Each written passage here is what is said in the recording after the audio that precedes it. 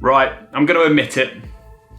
I've been daydreaming about where I'm going to ride my bike when this is all over. I've been scouring the maps. And you know what? I think this is a good thing. It helps us stay positive and focus on what we're going to do when this is all over. Because these are tough times, but they will come to an end. So let's all stay positive and dream about those bicycle rides in the sun. Without further ado, here's my top 10 bucket list rides.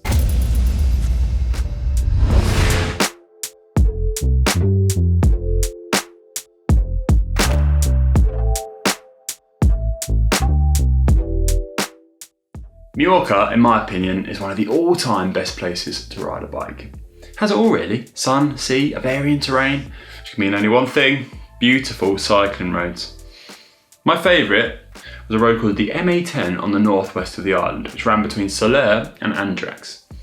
It was simply stunning. With the Balearic Sea always as a constant backdrop, the road was perfectly tarmacked and you had nice gentle rolling roads between bay to bay as you went down the island. When I lived here, I used to train a lot on this road, factoring it into my rides pretty much every day. I just can't imagine a better loop. And when this is all over, I'm getting straight back there. The Alps, obviously a classic riding destination, but they deserve to be on this list. I was based in Nice during most of my career, and I just love the Alps Maritime. There's nothing like riding in the mountains with the ocean as a constant backdrop. Simply stunning. But there's even more gravel trails and high mountain roads when you go further away from the coast. And I can't wait to show these off to you on GCN once we go through all this. But my last memory of the Alps was at the 2019 Giro d'Italia. We were ascending the Mortirolo somewhere in the midpoint of the race. I can't remember, I was so tired. And I was in the gruppetto, always in the gruppetto. But the climb was so steep, we couldn't get our clothes on for the descent, and it was getting rather cold at the top, around 3 degrees. So we all decided to just pull over at the side of the road in amongst the fans and get our clothes on, whilst being cheered on by everyone. It was a great experience, rather surreal, even though I was absolutely shivering to pieces. And we made it to the finish in one piece. And that's why I love the Alps. They're just a surreal experience in themselves, no matter what you're doing in them. And that's why I love them. And I can't wait to be back soon. I'm coming for you soon, Alps, I promise you. The Caucasus Mountains next. Probably one of the more obscure destinations on this list. I rode through them during the tour of Azerbaijan, and I can't describe how beautiful they were. Think lush green fields with these huge dramatic mountains rising up almost instantaneously out of the landscape. They were amazing and left a lasting impression on me. Although I did nearly crash on the descent of one and almost went flying off a cliff. But push that aside, I can't wait to get back and explore these mountains more. Italy, and especially the Lombardy region, are going through some tough times for the moment. I feel for everyone involved and my heart just hurts for Italy as a whole. I raced loads in Italy during my career and I love the people and places. It's just possibly one of the most beautiful countries you can ride your bike in. And once this is all over, I'm going to be straight back there, riding my bike with as many people as possible, taking in the beautiful geography and food that Italy has to offer. So Italy, Forza! You can't beat Australia for a bike ride. And I think the Mornington Peninsula, south of Melbourne, is quite possibly the ultimate cycling cafe ride destination. Think beautiful roads, rolling hills, and the best beaches you have ever set your eyes on. Then throw in an infinite amount of incredible cafes, which are the perfect flat white, and you're on to a winner. Can't wait to get there on my bike. The Basque Country and the surrounding areas are a pro cyclist breeding ground, and for good reason. This area is teeming with climbs. It does get a bit more rain, but I think it makes it all the more special to ride your bike here because the vegetation is lush and the mountains are all that bit more dramatic. I did nearly pass out here though, riding up the Alto d'Angleru in the 2017 Vuelta a España. And it seems like the GCN presenters had quite a tough time riding up it also back in the day. But don't let this put you off. This is a beautiful, beautiful area to ride your bike. And if you haven't been considering a visit, start planning one. Next on the list, Nicaragua, which not many people think of as a cycling destination. And to be honest, not many people have even heard of it or even know where it is on the map. It's just north of Costa Rica and below Honduras in Central America.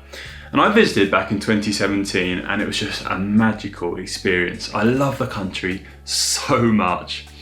I wouldn't ride too much on the tarmac roads. They are very, very busy and I wouldn't feel quite as safe on my bike on them. But there's a huge network of gravel roads crisscrossing the country.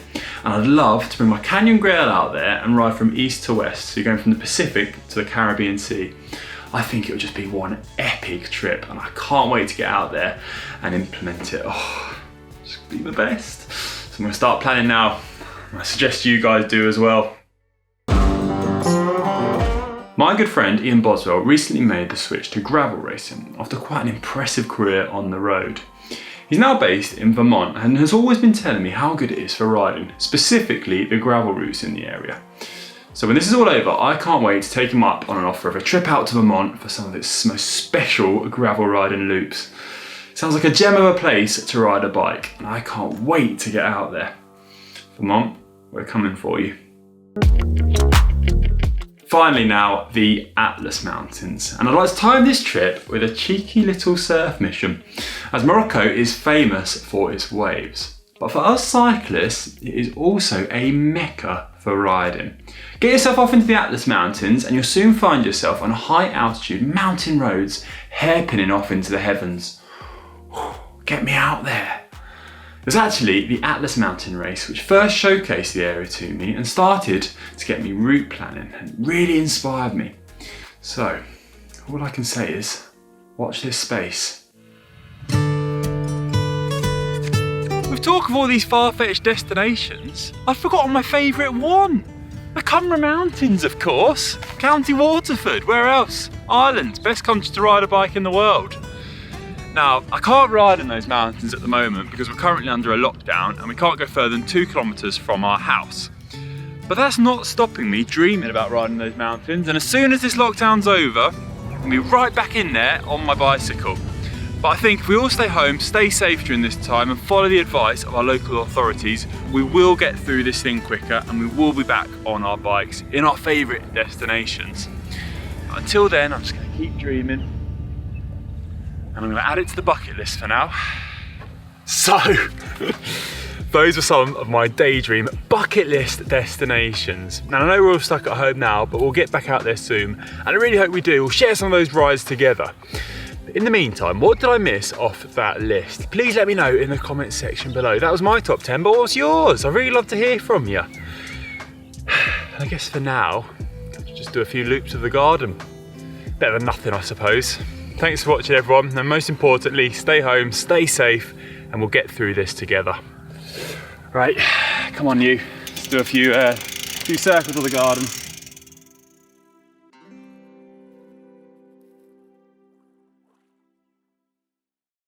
Zoe, you're looking forward to going riding again, aren't you?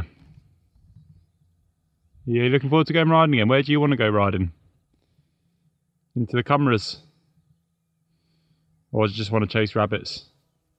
Oh no, not going anywhere soon.